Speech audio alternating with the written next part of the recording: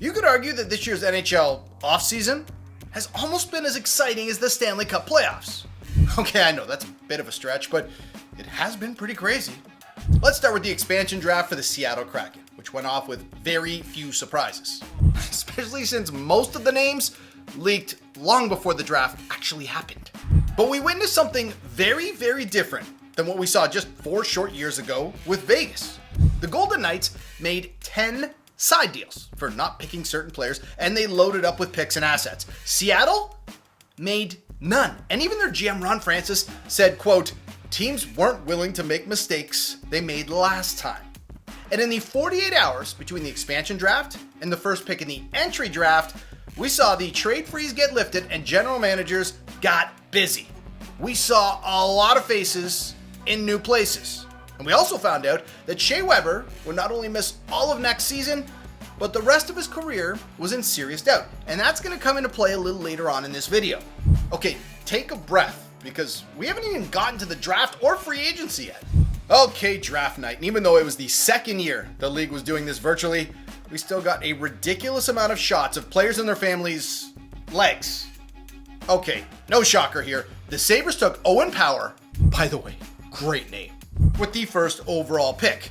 We also had a really cool moment when Luke Hughes was taken 4th overall by the Devils to join his brother Jack, who was taken 1st overall by the Devils just 2 years ago. And when you throw in their brother Quinn, who was selected 7th overall by Vancouver, they become just the 3rd family to have 3 or more siblings, all taken in the first round of the NHL draft. The others? The Sutters and the Stalls.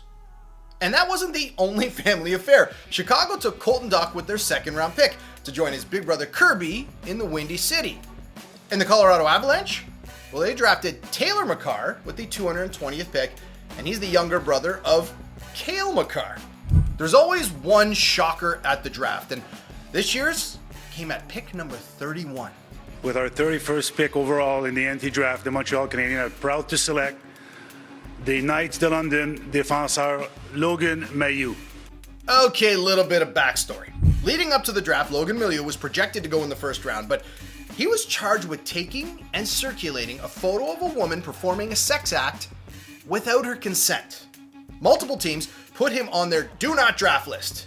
Mailloux went on Twitter and posted a tweet saying he had renounced himself from the draft and asked teams not to select him, which is exactly what the Montreal Canadiens did with that 31st overall pick. And to say people were opinionated about this would be a huge understatement. Many argued that the Habs put their hockey needs, remember that Shea Weber thing I told you about earlier, ahead of humanity. And I'll be honest, that's a really tough point to argue. Which brings up free agency, which kicks off on Wednesday. Now, unlike in the past, GMs are fully aware of what the cap will be, so they can plan accordingly. Let's take a look at some of the biggest names out there, and we'll get this out of the way right off the top. Alexander Ovechkin is a UFA, but he ain't going anywhere. But the question does remain, how long of an extension will he sign with the Washington Capitals? And will it be long enough to take a serious run at Wayne Gretzky's goal record? Now, I'm particularly interested to see what happens with Gabriel Landeskog, because he didn't sign an extension with the Avs. Couldn't come to terms with Seattle after being left unprotected, and now he's still without a contract. And if the Avs do want to keep him, these two numbers need to get a lot closer.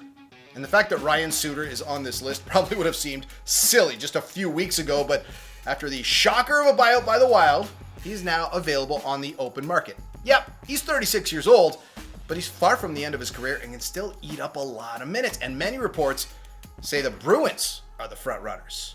There are plenty of other intriguing names. Dougie Hamilton, due for a raise, will probably get it. Looks like Zach Hyman's going to sign a long-term deal with the Oilers as soon as it's legal to do so.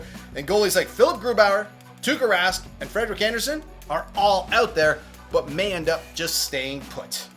So yep, an exhausting week in the NHL, and not a goal was scored.